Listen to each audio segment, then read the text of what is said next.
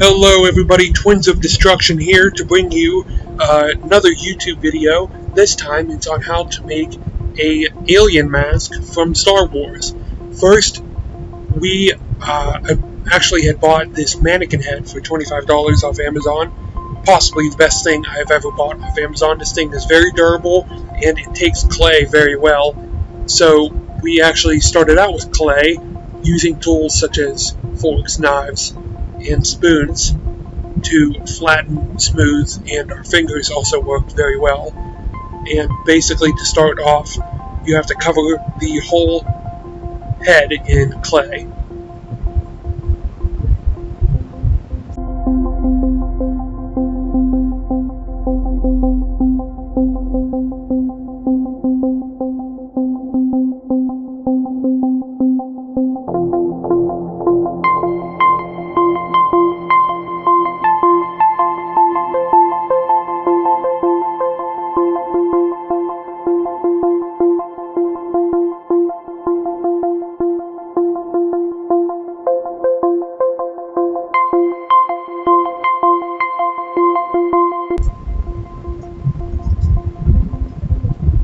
Once the whole head is covered in clay, you can actually create these little bumps that come out on the side of the chin for this certain alien. They come out in different sizes, but usually it's biggest to smallest, going from the ear to the chin. So to actually attach them, you can dip your finger in some water and spread the water where you want to add the little bump, and then just place on a little dot of clay, and it should stick with the water.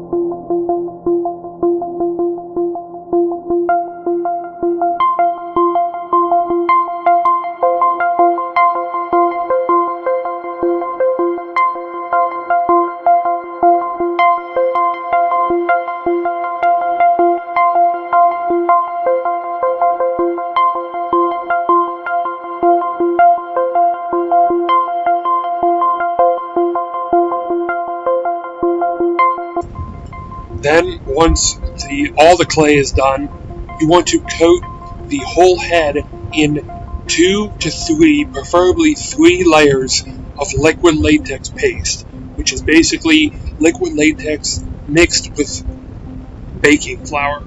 And there isn't really a specific ratio, it's just kind of do what you want and do what you feel, and that's what we did to coat the whole head in liquid latex paste.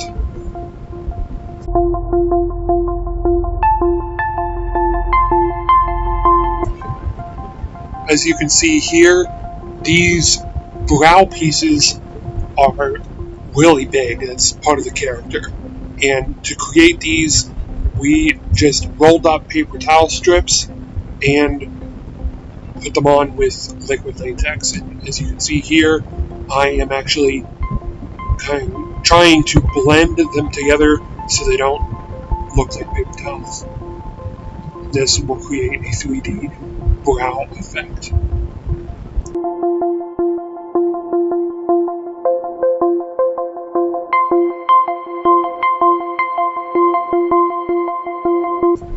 Since all of the liquid latex painting is done, next the hair is what's needed to be done. I actually took 3 strands of brown yarn and tied it together on both ends.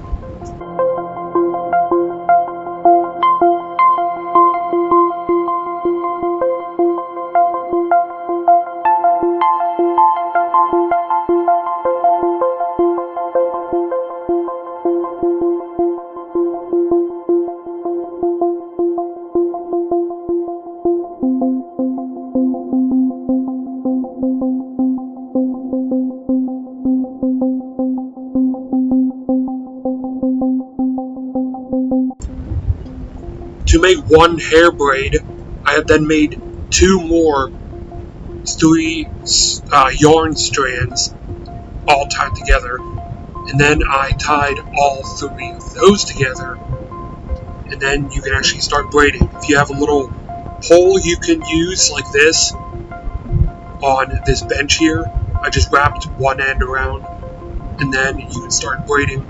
If you don't know how to braid, you can take the middle strand and then you go under and over, like so. So the middle one always goes under. If it's to the left or to the right, it doesn't really matter where you start first. It's just the middle one always goes under.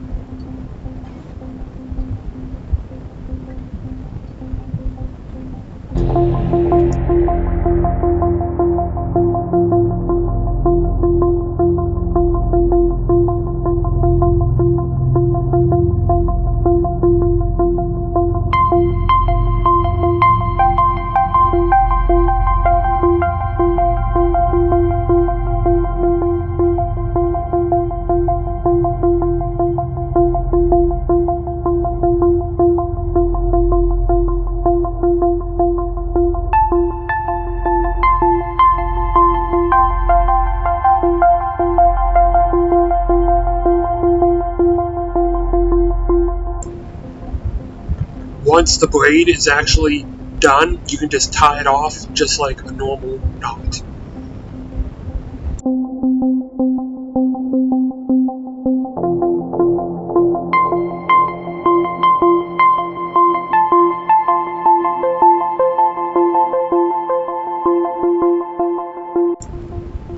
Now all you gotta do is make 6 to 7 more of those at varying lengths, sizes, even black or other shades of brown if you want to.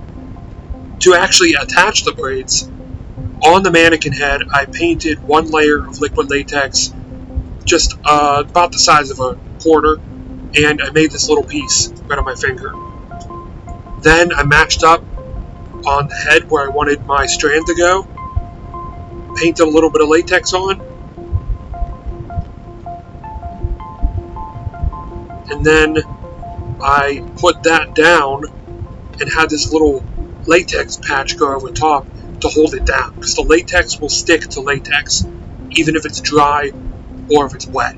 So it's kind of like a support, if you will, and I did that for all of these hair strands.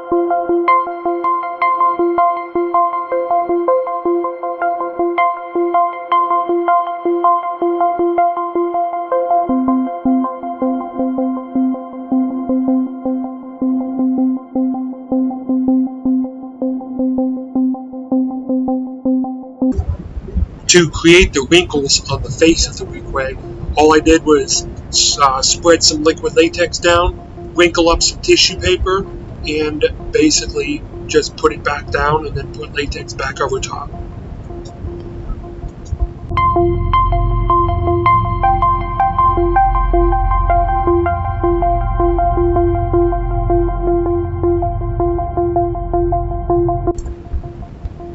When painting the Weequay head, me and my brother used, I think it was called nutmeg, which is basically a light brown color, and what we should have done at first was mixed it with liquid latex, because if you paint on liquid latex without liquid latex as a mixture in your paint, it will crack.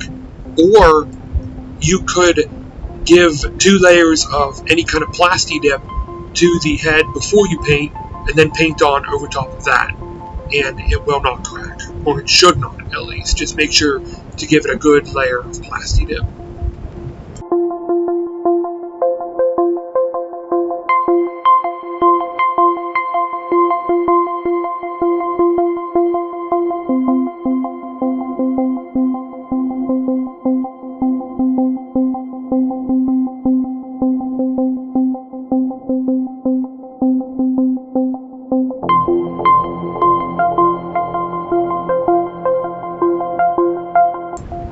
To add a little bit more style to the Weequay hair, you can use beads.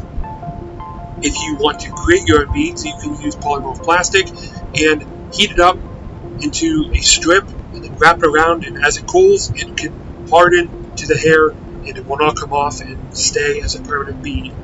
Then you can paint them whatever color you want. You can leave them white. You don't even have to add beads if you don't want to. It's just a good thing to have for a little bit more color. You can also add earrings too. This one's a little bit more tricky. You need to kind of create like a half ring, or pretty much a ring that's not connected fully, and then connect it on the inside through 2 holes. Finally, the mask is done. You can wear it. It's a little hard to get on, but it stretches because it's liquid latex. As you can see, the beads are painted, the hair is on nice, the earring stays on, and the color of the whole mask and the earrings and the beads and the hair all looks like a Weequay. The only thing we didn't talk about was, if you have to, you might want to put some brown eyeshadow and brown lipstick on to cover up your natural skin color if that is a problem. Thank you so much for watching. Make sure to like, comment, and subscribe for more Twins of Destruction Star Wars cosplay.